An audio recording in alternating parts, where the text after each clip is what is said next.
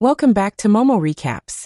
Today I will show you a sci-fi romance drama film from 2016 titled Passengers. Spoilers ahead. Watch out and take care. The interstellar spaceship Avalon can be seen traveling through space, headed to a colonized world called Homestead 2. All of its quarters are empty, the vessel is on autopilot. The 258 crew members as well as the 5,000 passengers are in hibernation. Suddenly, the ship passes through an asteroid belt that's weakening its shields. Power is diverted to the main shield, but the ship is on a collision course with a giant asteroid. Suddenly, the asteroid collides with the ship, causing various malfunctions. The ship begins self-reparations, but one of the hibernation pods activates. The passenger awakened is Jim Preston, a mechanical engineer. His pod opens and an automated system helps with his awakening, telling him that he spent 120 years in suspended animation, and that the ship is only 4 months away from Homestead 2. He's told that he will be able to spend that time enjoying the luxurious aspects of the ship. Jim receives instructions about his ID band, his cabin and the primary activities he's to take part of prior to the arrival on the planet. Excited and nervous to meet the people on the ship, he gets ready, leaves his cabin and walks into an automated class meant for an entire learning group. Jim looks a little anxious, as the hologram explains the situation on Earth, calling it overpopulated, overpriced and overrated. It tells him to hold his questions to the end of the lesson, but Jim keeps asking why he's the only one there. He realizes that the hologram can't answer him and goes to search for other people. He gets to the main concourse of the ship. No one is there either, but an automated informational desk offers to help.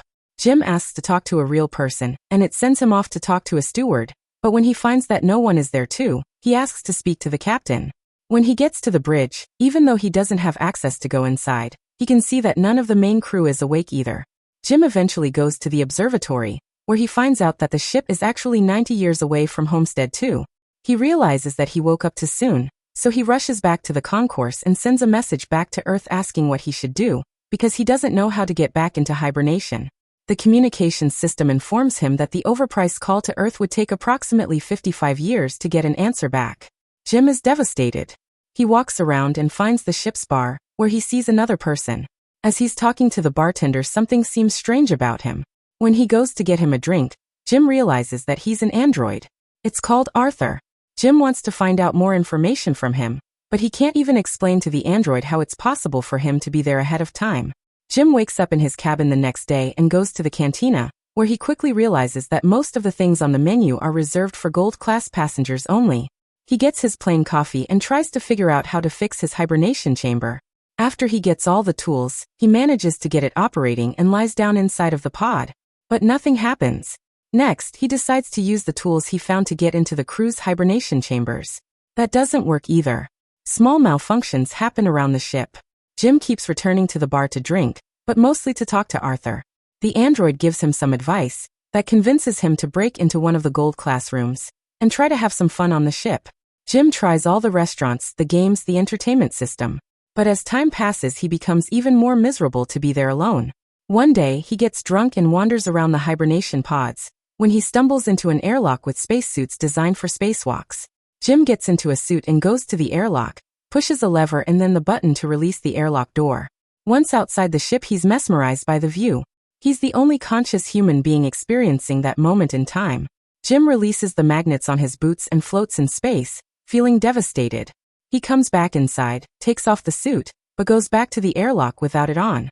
He pulls the lever, ready to end it all, but changes his mind in the last moment, runs back inside and slips on a bottle. Jim stands up and is instantly drawn to a woman in one of the pods, named Aurora. He searches for her files in the directory and listens to her passenger interview, becoming enamored with her. Later he's seen sitting next to her pod, still listening to her interviews. Back in the bar, he's reading some of her work and is talking to Arthur about her writing. He becomes obsessed with the irony of his situation, going to another planet for a better life, waking up early and not getting there, and finding his perfect woman, only for her to be out of reach. Jim keeps thinking about her, and starts getting the idea to wake her up too. He talks it over with the android, but he doesn't understand the conundrum. If he wakes her up for his own benefit, he'd be stranding her there with him, to die on the ship. Jim decides against it first, but as time goes by he can't let it go. Until one day he changes his mind. He goes to her pod and manages to activate it. As she's waking up and going through the same process as he did, he hides and goes back to his room. A little bit later he goes to the main concourse, hoping to find her. And there she is, just as confused as he was a year ago. Jim tells her they're the only ones awake, and takes her to the observatory. Then he tells her that he can't get to neither the crew, nor the main commands of the ship. Aurora freaks out and wants to get back into her pod. When they get to it, Jim explains that there is no special equipment on the ship that can help them get back into hibernation, effectively telling her that they're stranded. They go back at the concourse and he tells her that she should rest, since she just came out of hibernation. She feels sorry for him, having to spend more than a year alone on the ship. Jim goes back to the bar, feeling regretful about what he did. He asks Arthur not to tell Aurora that he was the one that woke her up. The next day, Aurora wakes up. She goes back to the concourse and asks the automated info desk about the hibernation pods. Jim joins her there, and they go to get breakfast. As they leave, the info desk has some sort of malfunction. In the cantina, Aurora realizes that Jim has been eating the same breakfast for more than a year, and gets him one of the gold-class menus. They talk about the possibility to fix the pods, but unlike Jim, Aurora isn't ready to give up. She searches through the infirmary, then goes through research documents, eventually ending up at the crew's hibernation quarters trying to break the doors open. Jim notices more malfunctions throughout the ship. Sometime later, Aurora laments about her life on the Avalon. She writes, jogs around the ship and swims in the pool, becoming more and more aware of her situation. She goes to the cantina to interview Jim, thinking that his story might be interesting. She asks why he immigrated to the colony. Jim answers with slogans from the company first, but then further explains that he hopes that on the new world he could be somebody he could build a life. Later, they end up in the observatory and Aurora finally shares her reason to be there. Unlike the other passengers on the ship, she has a round-trip ticket. Her idea was to go to Homestead 2, live there for a year and come back to Earth. To become the first journalist that has ever done that, writing the greatest story that ever was. Aurora slowly gives up on finding a way to fix their current predicament, and Jim figures out a way to cheer her up. He takes her dancing, to the cinema, and to the basketball court. Lastly, he takes her to the bar to meet Arthur. She relaxes for a bit, until she remembers their situation. Jim is left alone with the android, feeling awful about what he's done to her. The next moment he's seen tinkering with something, and in the other Aurora walks into the observatory, to find a miniature of the Chrysler building he made for her. Sometime later, they go on a date at the bar. They have dinner and share stories about their lives. She tells him that her father died when she was a teenager. After the dinner, Jim takes Aurora to the airlock and they get into the spacesuits. They go out for a spacewalk together. Jim finally has someone to share that magnificent experience with. Jim switches off the magnets on their boots and they float together in space. They come back inside and immediately kiss, retreat to his cabin and sleep together. Soon after, they start living like a couple. Aurora moves into his cabin and writes about her life on the ship.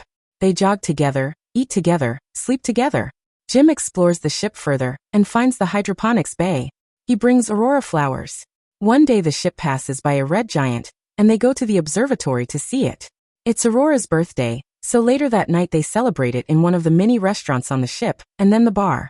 Jim goes to the washroom and prepares the ring he made for Aurora, while she stays in the bar chatting with Arthur. The android tells Aurora that Jim woke her up intentionally, unaware that he was still to keep that a secret. Suddenly, Jim comes back and she confronts him in absolute disbelief.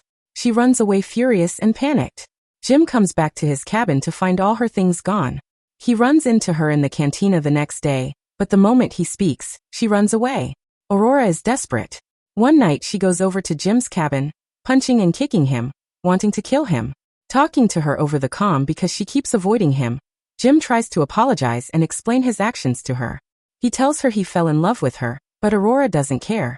She can't forgive him for taking her life. One night, as Jim is in his cabin, another malfunction happens. The ship faces a critical error, and the main command shuts down. Later, he walks into the elevator and it malfunctions. Aurora walks into the main concourse and sees that Jim has planted a tree there. Then, she goes to the cantina, where the food dispensary is also malfunctioning. Suddenly, both of them hear the voice of the deck chief over the comms, asking who planted the tree.